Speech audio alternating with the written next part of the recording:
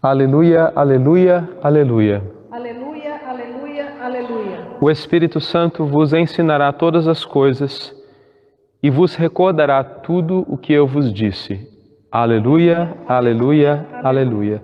O Senhor esteja convosco. Ele está no meio de nós. Evangelho de nosso Senhor Jesus Cristo, segundo São João. Glória a vós, Senhor.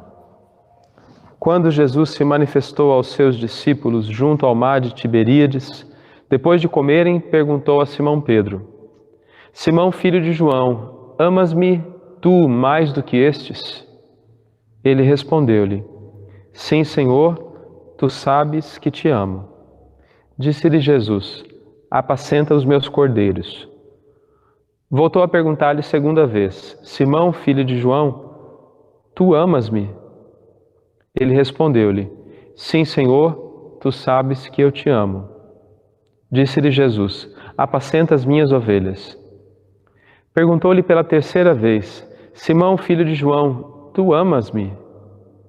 Pedro entristeceu-se, por Jesus lhe ter perguntado pela terceira vez se o amava, e respondeu-lhe: Senhor, tu sabes tudo, bem sabes que te amo. Disse-lhe Jesus: Apacenta as minhas ovelhas. Em verdade te digo, quando eras mais novo, tu mesmo te cingias e andavas por onde querias. Mas quando fores mais velho, estenderás a mão e outro te cingirá e te levará para onde não queres. Jesus disse isto para indicar o gênero de morte com que Pedro havia de dar glória a Deus. Dito isto, acrescentou-lhe: Segue-me. Palavra da salvação. Glória a vós, Senhor. Pelas palavras do Santo Evangelho sejam perdoados os nossos pecados. Amém. Irmãos e irmãs, nós nos aproximamos do final do tempo pascal e acompanhamos a Igreja Nascente nos Atos dos Apóstolos. Quem pôde acompanhar as missas diárias que celebramos ao longo de todos esses 50 dias do tempo da Páscoa, viu que nós passamos por quase todo o livro dos Atos dos Apóstolos e vendo como a Igreja Nascente ia se manifestando, se comportando, como o Evangelho era comunicado aos pagãos, como os evangelizadores, Paulo, por exemplo, e nas suas viagens levava o Evangelho. E hoje chegamos próximo ao final da vida de Paulo, quando vemos ele preso em Jerusalém e como seria julgado. Não em Jerusalém, desculpem, quando ele estava preso, mas seria enviado a Jerusalém ou a Roma. Neste episódio, Paulo apela, pois era cidadão romano, e seria enviado para Roma, onde ficaria preso e depois testemunharia com a própria vida. O próprio Jesus, em uma aparição a Paulo, lhe disse, como vimos ontem na liturgia, que ele daria glória a Deus em Jerusalém e em Roma, quando o apóstolo dá o seu testemunho final entregando-se. Martírio e testemunho tornam-se a manifestação plena da adesão do cristão ao Senhor. O martírio, mais do que perder a vida, é a entrega da vida. É a manifestação total do desejo de seguir Jesus, sejam quais forem as consequências. Ao longo desta Semana da Unidade, enquanto líamos o capítulo 17 de João, eu falava sobre o preço que nós pagamos por sermos um só coração. Esta entrega ao Senhor, dizer que pertencemos a Jesus, que o amamos, que rezamos, que estamos com Ele, significa também aceitar plenamente com nossas vidas aqueles que o Senhor nos deu, nos amarmos, nos perdoarmos, sermos igreja. Quando dizemos que somos muito fiéis, piedosos, mas não perdoamos, não amamos, não suportamos, não queremos estar em comunidade, nossas palavras são somente palavras. Nós verdadeiramente somos cristãos quando de fato somos comunidade, quando de fato somos parte do corpo de Cristo, com as belezas que nele existe, pois a Igreja é santa, mas também com aquilo que não é tão belo, pois a Igreja é cheia de pecadores, dentre eles eu sou o pecador, e lá sou chamado a amar, a ser um só coração.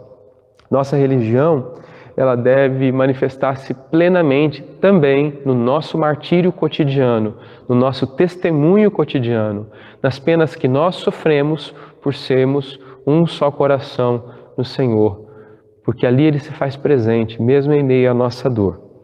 Hoje vemos este que é o último capítulo do Evangelho de João, capítulo 21.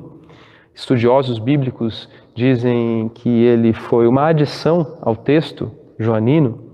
É o final daquele trecho, quando Jesus está na praia, Pedro e os apóstolos vão pescar após a ressurreição, e enquanto eles pescavam, não encontravam nada, Jesus está lá na margem, na praia, e eles se encontram com Jesus, ele pede peixes, e após aquela pesca milagrosa, ele pega o peixe, dá graças, e ali naquela refeição, aquele café da manhã com Jesus, na sua aparição, neste que é o último capítulo, Jesus toma Pedro e depois de comerem, vai a algum lugar, eu imagino assim, e questiona Pedro se ele o amava. E 3 vezes Jesus o pergunta: você me ama, Pedro? Tu me amas? E nesta tríplice profissão de fé, nós vemos Pedro que reconhece que ainda não havia entregado tudo, mas homem que desejava entregar tudo. Jesus lhe pergunta com um verbo em grego que significa o amor, doação, o verbo ágape, que fala da doação da própria vida pelo outro. Você me ama desse jeito, Pedro? Nas 2 primeiras perguntas. E na terceira vez, Jesus pergunta de outro modo. Ele pergunta com uma palavra que significa aquele amor de amizade, amor de querer bem, não necessariamente amor gratuito da entrega da própria vida. Pedro se entristece, talvez por isso, porque reconhece que ele ainda não estava pronto para a entrega total como Jesus, o amor ágape, aquele que entrega tudo, que tudo doa, mas também porque se lembra da tríplice negação, quando Pedro negou Jesus. Agora Pedro professa a sua fé. Ele escuta de Jesus que haverá uma entrega ainda maior, quando o amor ágape vai ser manifestado, quando Pedro, assim como Paulo, daria o testemunho. Jesus antecipa e lhe diz: você vai ser levado para onde não queres, indicando assim o tipo de morte que Pedro sofreria. Pedro, sim, deu o seu testemunho final, o seu último grito de amor no martírio, entregando tudo.